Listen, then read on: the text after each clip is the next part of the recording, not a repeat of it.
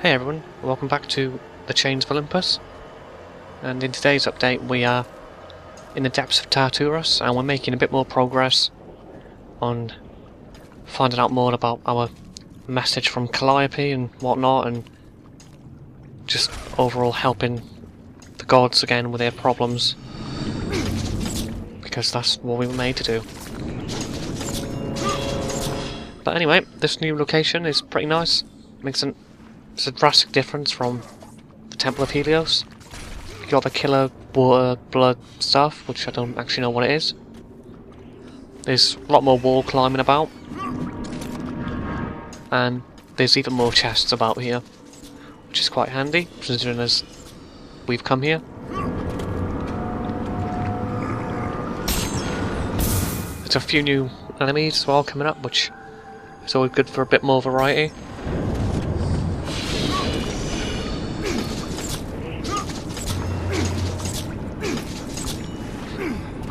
So after slowly making our way across there, we get some enemies on the wall here, which again just triangle attack them in the direction they're coming from, just to knock them off quicker. I think you can grab them on the wall, but it's a lot more awkward because they can just as easily grab you. And I found getting grabbed is just a massive nuisance.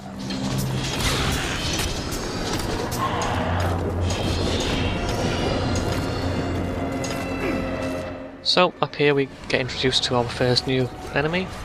This is a more traditional Gorgon, as it will attempt to turn you to stone. And the easiest way is to just dodge out the way. I believe with the shield you can reflect it back, but it's pretty awkward. I've never actually done it. Or I think I've done it once. But any other time I try I end up getting frozen and shattered, which is just a nuisance. And one of the change thing is that when you behead them, it doesn't turn all the other enemies to stone, which was something I liked in the other God of Wars. But with these, they're easy to predict, as their tail really does just telegraph every move they're doing. And with the actual turn into stone look with their gaze, if there are other enemies around, you could potentially freeze them if you just keep dodging around them long enough, which is pretty handy later on. But I say these guys don't go down really quickly. It's just this part can take a little bit longer when they're just trying to stone you up.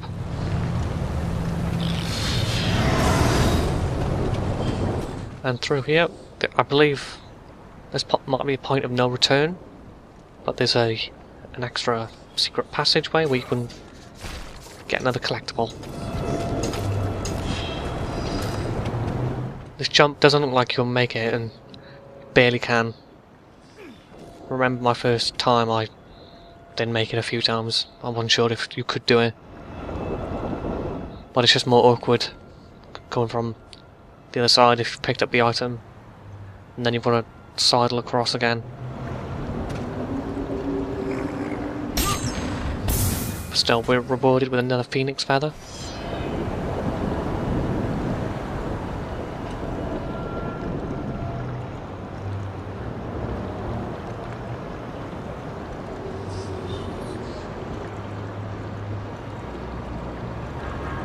Probably should have sped this up for you, but this video doesn't really have anything sped up, which is nice. Lots of new things and what have you. But yeah, part of this crumbles away. And don't forget these people there, you can just smash up for a bit more.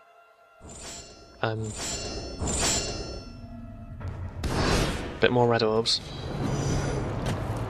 I was going to upgrade something there, but at this point I still think it's more important to upgrade your Blades of Chaos than anything else. And here we're in an unusually large playing field because of this. 2 Cyclopses. This is actually a pretty big nuisance, I think, but it went pretty well for me. But easy to dodge, but getting caught in it, and that'll be it. And that Legionnaire soldier who spawned first, they constantly spawn as you're fighting these guys, which isn't too bad because the Cyclopses can hurt the other enemies. So if they get caught, like behind me while I'm running away, they'll get a bit of damage done to them, which is handy. But you just want to take out the Legionnaire as soon as possible because they will mess you up. But the Cyclops on his own now is just easily enough. But another one just decides to jump in.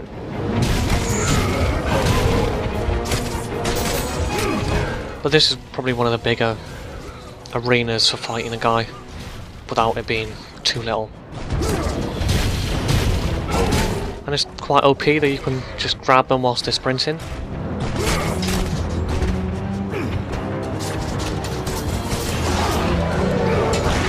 And we can take him down at the same time. And the game decides to spawn one more Cyclops just to annoy us. But one more on his own is fine. Spamming the F3 is usually good as well, because there's always a magic box nearby. Like I say, admittedly I don't use it as much as I should. And I probably maybe should have upgraded it at least once. But,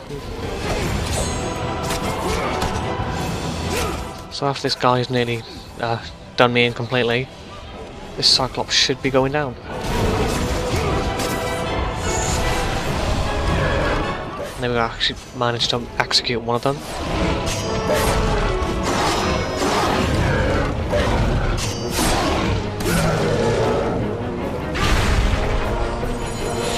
And that wasn't too bad overall. Probably one of the not so hard things.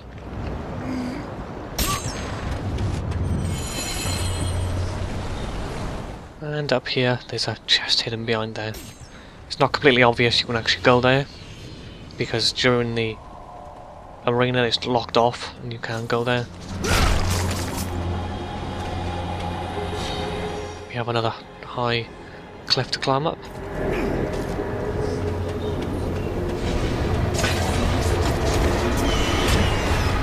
And we have a breakable wall there, but first we've got some bloody birds again, which do get on my nerves quite a lot. Always just flapping about, trying to just do lots of little damage to me at once.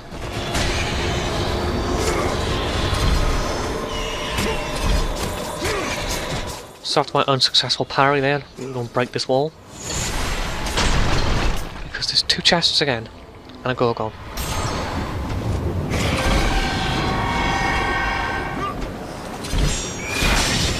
And she goes down pretty quickly. But it's worth just... There's lots of breakable like secrets in this area, but it's not always completely obvious either. And we get a new health meter upgrade,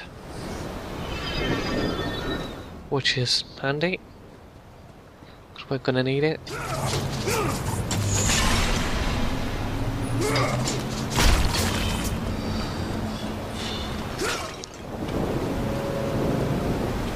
And we need to get up there where that green chest is. I have to break this wall, which again just isn't obvious, but you know you've got to grab that because we can't make this jump. I've tried many times and you just can't. But we want to move over to where the green box is, and it'll give us enough height then to jump up there.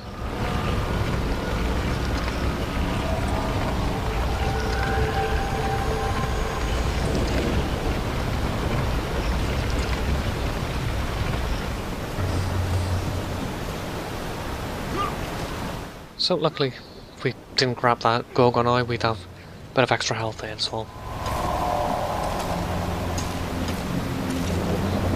So tapping X can just make you move a bit quicker, jolting along.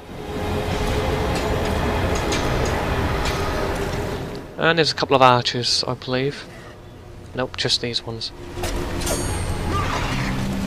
These guys, okay, just attack quickly. And I have a lot more trouble with them than I should, to be honest.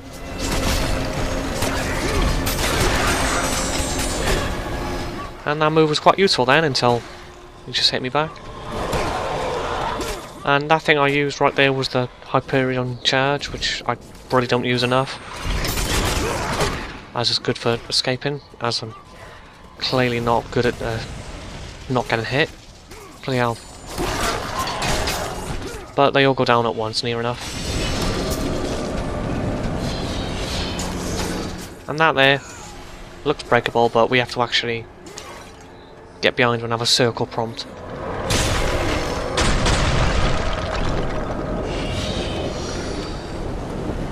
Yeah, we could have ignored that, but it opens the way forward.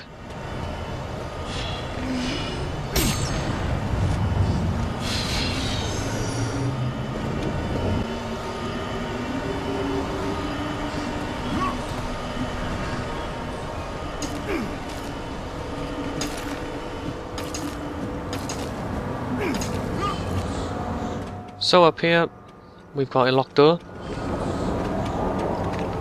And that means we've got some enemies to fight.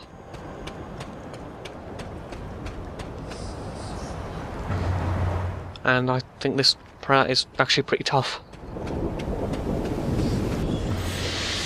I think my first hard mode playthrough I died quite a few times here just because of these guys. And these ruddy birds as well. So take them down first because they will seriously get in the way. And the Ifrit is useful here just to take down those guys' shields. The birds really just don't stop spawning for ages.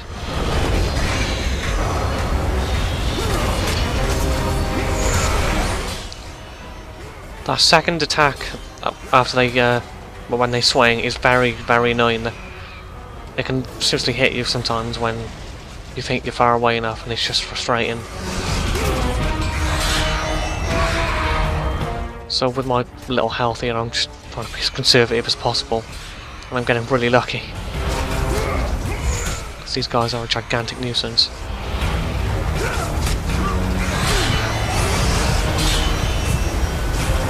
So now my heart's beating because I'm very close to death, but luckily I get to take one guy out. And taking out a guy activates one half of the door.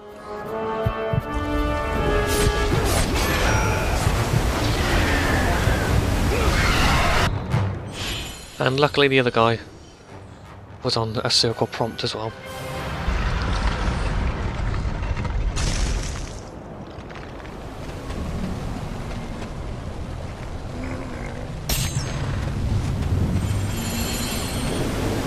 And we get a nice, fully stocked magic and health now. And there we go, we should read that book. So this is where we can catch the ride to Hades. But we won't be going to Hades, I think. But we will be taking a ride somewhere.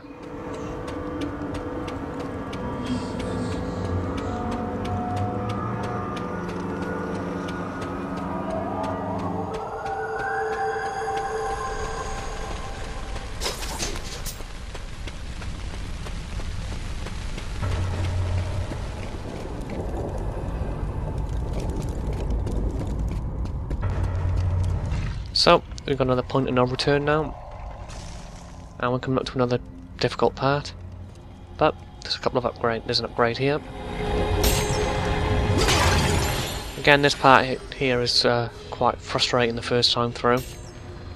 Well, even this time it just annoyed me. But the good thing is, you can upgrade the Blades of Chaos to their final level already, which means I can concentrate on other things after. And it just means they're at the most powerfulest. And we get the Tattoo of Rage, which is fitting for the area we get the upgrade. Personally not a fan of this either, but it can knock dudes back.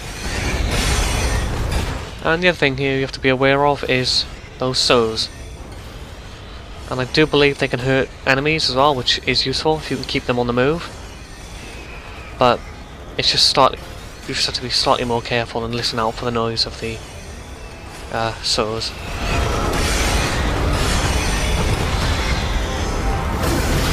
And free again, just grab their shields as soon as you can.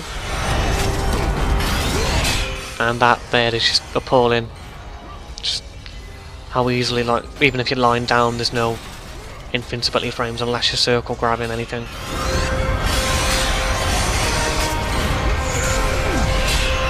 But this went well for me compared to my first time. Just finding a tough part with these dudes because they do hit hard.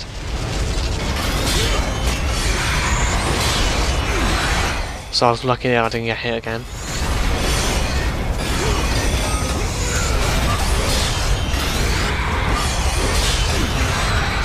But just, it's okay to not attack sometimes. Just getting yourself into a good position is usually more important than not anything else, I think. And I was really lucky there not to get hit by the saw.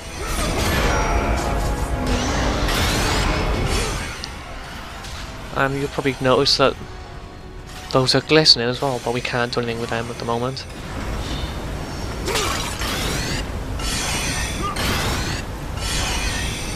So that's it for here, but that's also it for this episode. It's been action-packed. So next time we'll be ringing that bell